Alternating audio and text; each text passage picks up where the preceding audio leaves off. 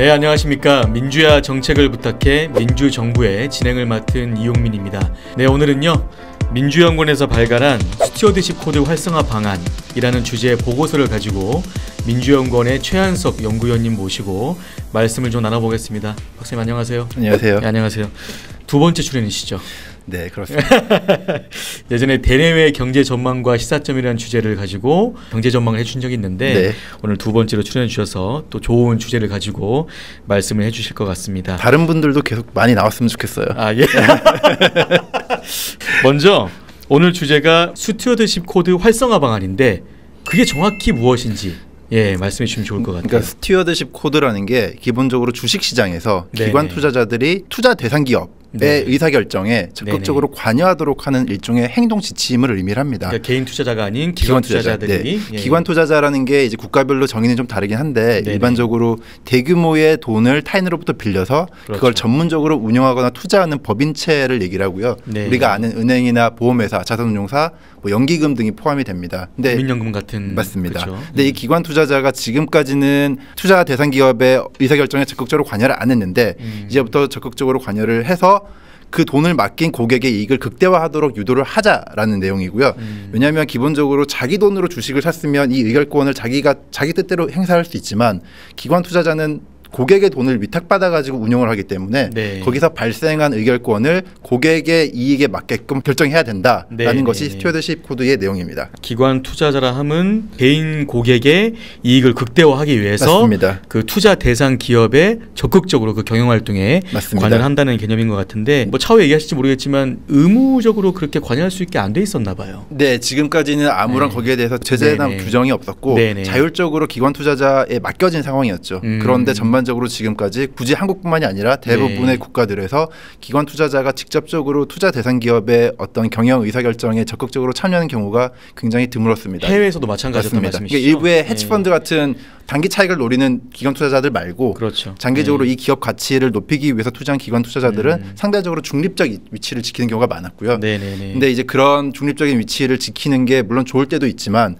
경영자에 대한 어떤 감시가 부족한 게 아닌가라는 그 기업을 소유하고 있는 소유주나 맞습니다. 그 소유하는 그 가족들 그래서 그런 흐름에서 스튜어드십 코드가 나왔고 뭐 자세한 건 뒤에서 좀 더 설명하도록 하겠습니다. 말씀하셨지만 해외에서도 이런 부분이 잘 안 됐었는데 어쨌든 이게 한국 사회에서 더더욱 중요해진 이유가 좀 있을 것 같아요. 말씀해 주시면 좋을 것 같아요. 특히나 한국 사회에서 최근에 잘 아시겠지만 오너 리스크가 굉장히 부각되고 있어요. 오너 리스크라는 게 지배주주 또는 지배주주의 그 가족 일가가 도덕적 해이나 혹은 부당 사적 이익 편취 등으로 인해서 기업 가치가 훼손되는 경우를 의미를 합니다. 그러니까 그 기업 소유주가 이제 기업은 완전 자기 것이 아닌데 얼마 전에 있었던 대한항공 총수 일가의 갑질 사태도 그렇고요. 네, 맞습니다. 실제로 물벼락 갑질이라고 얘기하죠. 그 사건이 있은 이후에 대한항공 시가총액이 2,200억 정도가 빠졌고 그러면 일반 다른 소액 주주들은 가만히 있다가 주가가 빠지는 피해를 경험하게 되는 거죠. 그리고 예전에 또 호식이 2마리 찍힌 사례가 있었는데 여기 기업의 회장님께서 그 여비서를 성추행을 해서 당시에 이 기업에 불매운동이 일어났습니다. 그래서 치킨 가맹점과 관계없는 일반 가맹점주들이 매출이 40%까지 빠지면서 굉장히 큰 피해를 본 사례가 있습니다. 그 외에도 뭐 CJ나 뭐 미스터피자 여러 사례가 있었고요. 한국에서 이렇게 오너 리스크가 지금까지 굉장히 크게 부각이 되고 있었는데 그 이유는 크게 두 가지로 볼 수가 있어요. 하나는 기업 내부적인 요인이 있고 하나는 기업 외부적인 요인이 있는데 내부적으로는 그동안 한국 사회가 상대적으로 선진국에 비해서 소유와 경영의 분리가 잘 안 돼 있었습니다. 미국이나 독일 같은 경우만 해도 전문 경영인 체제가 굉장히 잘 발달돼 있고 눈에 보이진 않지만 그 전문 경영인들만의 마켓이 있어요. 그러니까 수요와 공급이 존재하는. 근데 한국 같은 경우에는 대주주가 지분을 가지고 이 회사가 자기 게 아님에도 불구하고 자기 가족 일가가 주요 요직을 다 차지하고 의사결정을 독점하는 상황이 유지가 되고 있었고요. 그렇기 때문에 뭐 이사회 독립성이나 회계 감사의 투명성도 굉장히 낮은 상태를 유지하고 있었고 또 외부적으로 봐도 미국 같은 경우에는 주식시장을 통해서 독일 같은 경우에는 채권자 주로 은행을 통해서 그 경영자의 경영이 올바르게 이루어지는가에 대한 감시가 잘 이루어지는데 한국은 지금까지 그 외부 견제 시스템도 굉장히 취약했다고 얘기를 하고 있습니다.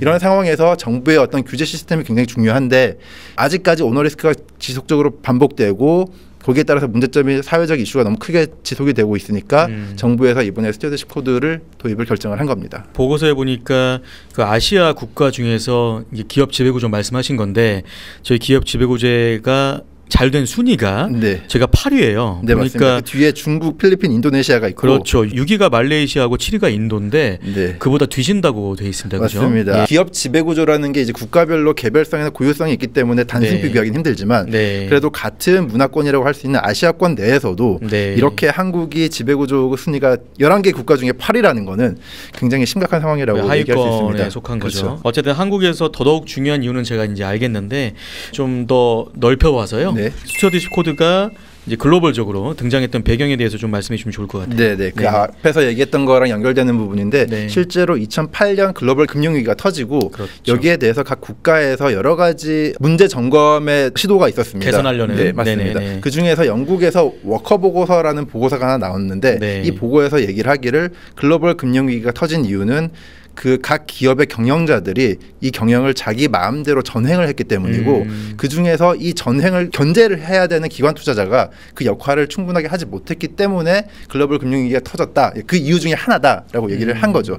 근데 사실 그 전에는 이론적으로 기관 투자자는 대규모의 자금을 가지고 기업의 상당한 지분을 취득하기 때문에 이 기업의 주가가 올라가면 자기 이익도 덩달아 올라가는 거죠. 그렇죠. 그래서 이 기업이 잘 경영을 해서 앞으로 계속 그 가치를 키워나갈 수 있도록 전략적 의사결정에 어떻게 영향을 미칠 수 있는 능력도 있고 전문성이 있기 때문에 있는데. 맞습니다. 그리고 그런 모티베이션도 있는 거죠. 근데 그럼에도 불구하고 지금까지 그런 게 잘 안 이루어졌습니다. 그래서 영국에서 그런 보고서가 나왔고 영국에서 처음으로 스튜어드십 코드가 그 이후에 도입이 됐고 그 이후에 뭐 일본, 캐나다, 미국, 스위스 등등등 지금 계속 도입이 되고 있고요. 처음 영국이 도입한 게 2010년이라고 2010년입니다. 네네. 그리고 2016년 12월에 한국도 도입을 했습니다. 한국형 스튜어드십 코드를 도입을 했습니다. 이제 한 1년 반 정도 된 거네요. 네네 맞습니다. 그래서 앞에서 말씀드렸다시피 기관 투자자들이 그동안 굉장히 중립적 입장이라는 태도 하에 경영에 대해서 투자를 해놓고 관여를 안 한 거죠. 이 기업이 뭐 정말 사건이 크게 터지기 전까지는 그냥 일반적으로 다른 의사결정을 할 때 예를 들어서 주주안건에 가서 의결권을 행사를 할 때 거기는 분위기에 따라서 그냥 편승해서 의결권 행사를 한다던가 그런 태도가 지속이 되어 왔는데 이제 그런 거를 바꿔보자 어떤 기관 투자자의 사회적 어떤 책임이 존재하는 게 아닌가라는 흐름에서 이렇게 도입이 됐고 실제로 2017년에 상장기업 정기주주총회 안건의 그 데이터를 좀 살펴보면 기관 투자자의 반대 의견이 전체 중에서 2.8%밖에 안 되는데 굉장히 낮네요. 굉장히 낮은 겁니다. 아예 관여를 안 했다는 네, 아예 안 했다는 거죠. 그러니까 100개 중에 한 3개 정도 반대를 했고 나머지는 아예 관여를 안 했다는 거죠. 근데 실제로 이 안건을 분석하는 그 자문사들의 공고율은 21%였습니다. 21%를 해야 평균인 건데 평균이라고 하기보다는 바람직한 건데 3%밖에 안 되니까 갭이 굉장히 컸고 네, 이런 의미에서 도입이 됐고 실제로 국민연금도 금년 하반기 7월로 예정이 돼 있다고 알고 있는데 스튜어드십 코드를 도입할 예정으로 지금 계획이 되고 있습니다. 보고서 쓰신 거 보니까 올해 4월 말 기준으로 37개사의 기관 투자자가 이 스튜어드십 코드를 도입을 했어요. 말씀하신 대로 하반기 이제 국민연금도 도입을 할 것으로 예상되고 있고 도입이 일단 의무성은 없고요. 기관 투자자들이 자신들이 이걸 도입할 것이다 안 할 것이다라고 자율적으로 결정하는 겁니다. 일단 기본적으로. 어쨌든 그간 이제 중립적 태도의 견지라는 차원에서 그렇게 해왔는데 사실상 중립이 아니라 방관적인 태도였다라는 맞습니다. 말씀이시고 그래서 이렇게 스튜어드십 코드를 활성화했을 때 기대 효과가 있을 것 같은데 좀 조목조목 살펴주시죠. 기본적으로 기관 투자자가 투자 대상 기업의 경영에 관한 의사결정에 적극적으로 참여를 하는 거니까 그걸 이제 전문적으로 주주 관여 활동이 높아진다고 얘기를 하는데 주주 관여 활동이 높아지면 당연히 오너 리스크가 발생할 수 있을 자의적인 행동이 줄어들게 됩니다. 기업의 가치를 높이기 위해서 오히려 더 노력을 할 요인이 높아지는 거죠. 그렇기 때문에 기본적으로 기업 내부와 외부의 정보 비대칭성이 줄어들고 기업 지배구조의 장기적으로 보면 투명성과 건전성이 높아진다고 할 수가 있고요. 그러니까 정보와 경영의 투명성과 건전성이 네 맞습니다. 그리고 장기적으로 보면 그런 흐름이 이어졌을 때 코리아 디스카운트가 축소될 수 있다라고 보고 있고요. 실제적으로 스튜어드십 코드가 도입된 11개 국가들을 보면 모든 국가가 다 이렇다라고 얘기하기는 힘들지만 평균적으로 볼 때 기업의 자사주 매입이나 배당 성향, 배당 수익률 이런 주요한 주주가치 지표들이 있는데 이런 점들이 모두 다 개선되는 것으로 나타났고요. 그런 흐름이 한국에서도 이어질 거라고 생각이 됩니다. 그리고 또 하나가 지금 투자 대상 기업의 입장인 거고 기관 투자자 입장에서 보면은 사회적 책임 투자가 훨씬 더 강화가 될 수 있어요. 왜냐하면 내가 투자 투자한 기업에 대해서 내가 어떤 의사결정을 했다는 거를 이제 공시를 해야 되기 때문에 거기에 대해서 더 책임이 생기는 거죠. 그래서 실제로 일본의 연기금, 국민연금 같은 일본의 연기금이나 미국 캘리포니아 공무원연금, 그리고 이제 블랙락이라고 하는 전 세계 가장 큰 자산 운용사, 뭐 아비바, 벵가드 등등등 해외에 있는 주요 기관 투자자들이 이미 스튜어드십 코드를 도입을 했는데 이 기업들이 전부 다 한결같이 사회적 책임 투자가 강화되는 흐름을 나타내고 있습니다. 국내에서도 이런 흐름이 이어질 거라고 예상하고 있습니다. 아까 말씀하신 코리아 디스카운트는 뭐 시장분들 다 아시겠지만 국내 기업의 주가가 비슷한 수준의 해외 기업의 주가보다 낮게 평가되는 그런 현상인데 맞습니다. 어쨌든 스튜어드십 코드를 이제 도입을 해서 기업의 지배 구조가 개선되고 하면 건전성과 투명성이 강화되기 때문에 훨씬 그런 부분도 상쇄가 될 수 있다는 맞습니다. 말씀이시죠. 실제로 ISS라는 의결권 자문사가 있는데 거기서 평가를 하기를 코리아 디스카운트가 나타나는 가장 큰 이유가 한국 기업의 지배 구조의 문제다. 이 부분이 개선이 되면 코리아 디스카운트가 완화될 수 있다라고 지적을 했고요. 그런 점이 어떤 기대 효과라고 할 수 있는 거죠. 어쨌든 이런 부분이 도입되고 활성화되면은 말씀하신 대로 상당한 기대 효과가 있는데 여기에 대해서 이제 우려점 같은 것도 있을까요? 맞습니다. 모든 제도가 뭐 장점만 있는 건 아니니까요. 그렇죠. 크게 세 가지 정도로 얘기를 할 텐데 일단 가장 크게 부각이 되고 있는 건 기관 투자자 자체의 대리인 문제예요. 대리인 문제라는 게 뭐냐면 그 1976년에 젠슨 맥클링이라는 교수님들이 처음으로 얘기를 한 건데 개인이나 조직이 의사결정을 해야 되는데 이 의사결정을 내가 안 하고 남한테 위임하는 거예요. 그러면 그 위임받은 사람이 과연 내 이익을 극대화시키기 위해서 의사결정을 할 것인가 하는 대리인 문제입니다. 무슨 얘기냐면 지금 이 스튜어드십 코드는 기관 투자자가 투자 대상 기업에 대해서 일종의 책임 투자를 하게끔 지금 만드는 시스템이에요. 근데 문제는 고객이 기관 투자자한테 돈을 맡겼는데 여기서 이미 대리인 관계가 형성이 되는데 여기에 대해서는 아무런 실효성을 줄 수가 없다는 거죠. 실제적으로. 기관 투자자가 정말 고객 이익을 위해서 극대화시키기 위해서 스튜어드십 코드를 이용해서 의결권 행사를 할 거냐. 그거는 정말 아직 그 자체적인 기회주의가 발생할 수 있다. 맞습니다. 거기서 기회주의가 발생할 수 있다는 게 하나의 지금 우려점이고요.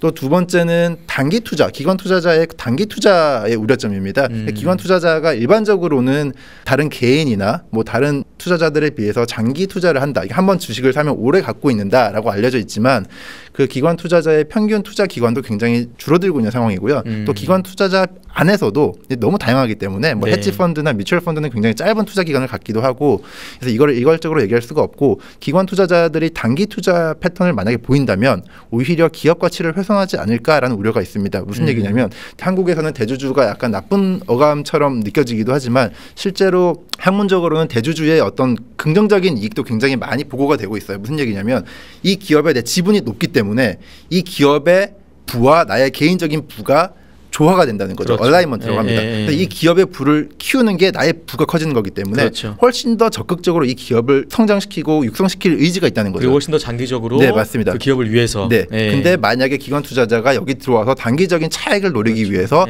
어떤 기업의 R&D 투자나 장기적인 투자를 하지 말고 그 돈으로 예를 들어서 배당을 줘라 혹은 지금 당장 뭐 자사주를 매입해라 이런 식으로 나오면 그 기업의 장기적인 성장 가능성이 희생되지 않을까. 훨씬 더 가치지향적인 경영활동을 맞습니다. 훼손시킬 수가 있죠. 그런 우려점이 있고요. 또 마지막 하나가 연금 사회주의인데 연기금 사회주의라고도 얘기를 하죠. 1980년대 70년대 미국에서 먼저 등장을 했어요. 주식시장에서 연기금의 비중이 굉장히 높아집니다. 한국에서도 지금 국민연금이 거의 130조 가까운 돈을 주식시장에다 투자를 하고 있는데 이 기업들이 자신들이 투자한 기업의 경영활동에 적극적으로 참여를 하게 되면 결국은 연기금이라는 거는 퍼블릭 섹터에 있는 거고 기업이라는 거는 프라이빗 섹터에 있는 건데 정부가 연기금을 통해서 각 기업을 컨트롤할 수 있는 게 아닌가라는 우려가 있는 거죠. 그래서 그런 점에 대해서 이런 세 가지가 민간 시장의 자율성을 좀 해칠 수 있다는 거죠. 그런 우려점이 있습니다. 보고서 내용 보니까 이러한 기관 투자자의 실무적 단계에서의 어려움이 있을 거라는 내용도 쓰셨어요. 그러니까 기관 투자자가 이제 투자 대상 기업이 있을 텐데 그 기업들이 이제 다양화되면 그것들을 실제로 다 컨트롤할 수 있겠느냐 이런 우려점도 있는 것 같아요. 맞습니다. 이제 이 부분은 제가 얘기를 뺀 이유가 이건 이제 기관 투자자 입장에서의 어려움인데 실제적으로 기관 투자자들이 뭐 수십 개의 펀드를 가지고 있고요. 그 펀드 안에 그 리스크를 해칭하기 위해서 수십 개, 수백 개의 기업을 가지고 포트폴리오를 짭니다.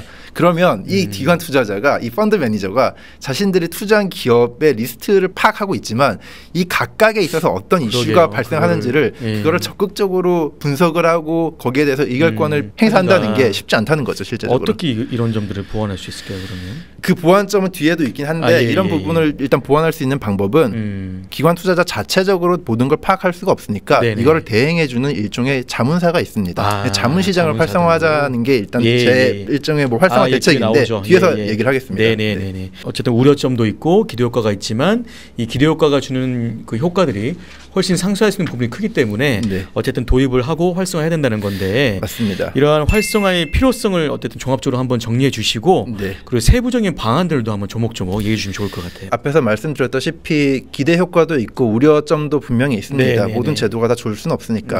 그럼에도 불구하고 지금 오너리스크 사태를 계속 반복해서 지금 일어나고 있는데 이런 상황을 개선시키기 위해서는 스튜어드십 코드의 도입이 필요하다. 특히나 앞에서 말씀드렸다시피 한국은 정부 규제 시스템의 의존도가 굉장히 높은 편이기 때문에 이런 흐름이 필요하다고 생각이 되고 각 국가마다 기업 지배 구조는 다르지만 그럼에도 불구하고 기업 지배 구조가 투명화되면 기업의 내부와 외부 간의 정보 비대칭성이 줄어들고 대리인 비용이 줄어들기 때문에 그 기업 가치가 올라간다는 데에서는 모든 국가들에서 모든 학자들이 동의하는 부분입니다. 그렇기 때문에 그런 측면에서 볼 때 실보다 득이 더 크다고 판단이 되고 있는 상황이고요. 그래서 제가 제안을 하고 싶은 건 크게 세 가지인데 하나는 국민연금의 독립성과 전문성을 강화를 해야 된다는 측면입니다.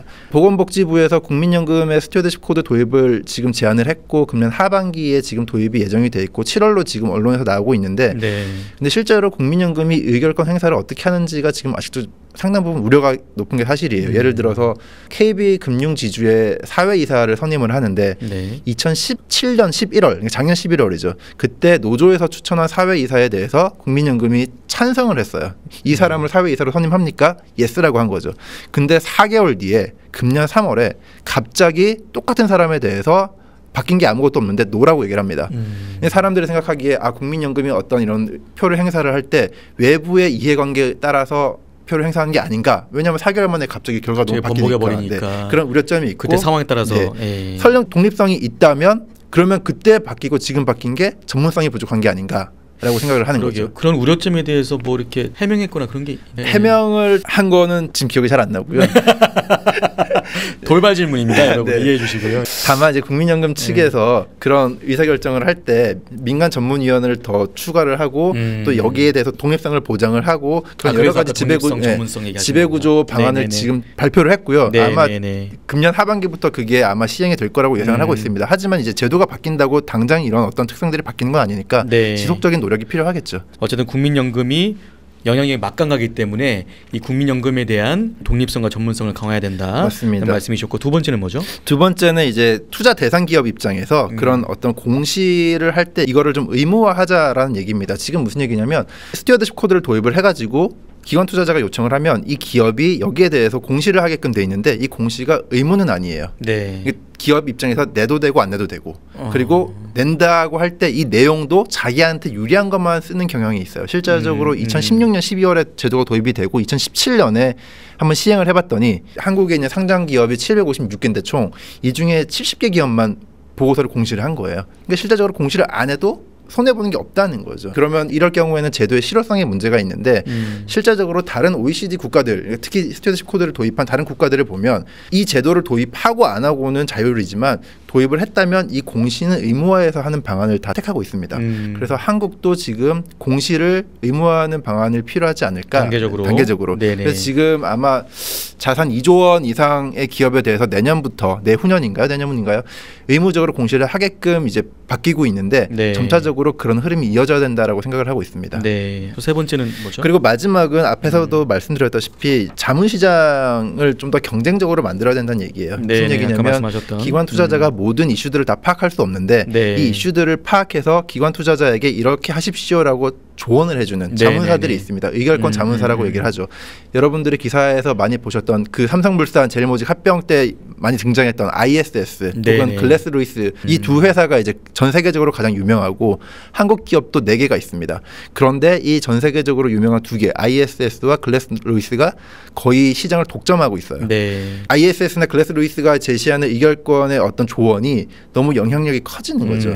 근데 만약에 ISS가 일종의 뭐랄까 불투명한 어떤 조언을 했을 때 이걸 따를 거냐 안 따를 거냐라는 문제가 발생하게 됩니다. 예를 들어서 ISS 모 회사가 원래는 모건 스탠리였다가 지금은 이제 젠스타라는 사모펀드로 팔려서 지금 뉴욕에 있는 회사로 팔렸는데 네. 이 기업이 주식을 많이 갖고 있는 회사에 대해서 과연 ISS가 그 기업이 손해볼 만한 자문을 할 수 있겠냐는 거죠. 그러니까 이럴 경우에 이해상충이 발생할 수가 있기 때문에 이 자문시장을 좀 더 경쟁적으로 만들어서 좀 더 바람직한 조언들이 나올 수 있게끔 그런 환경을 만드는 게 중요하다고 생각을 하고 있습니다.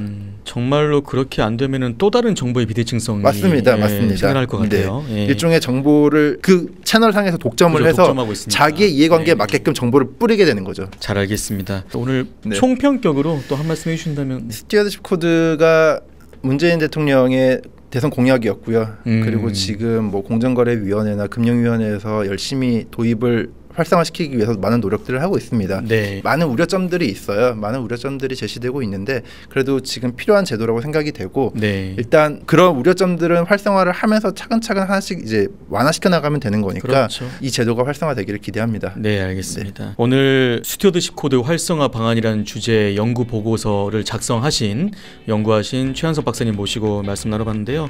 어쨌든 결론적으로는 기업 지배구조의 투명성과 건전성을 높여서 그동안 기업의 전횡으로 유발됐던 우리 국민들이 입었던 그런 피해를 최소화할 수 있는 이러한 스튜어드십 코드를 적극적으로 활성화하자는 그런 내용이었습니다. 오늘 정책 내용 좀 쉽게 설명해 주신 박사님 감사드리고요. 네, 민주정부 오늘 여기까지입니다. 시청해 주신 여러분 대단히 감사합니다.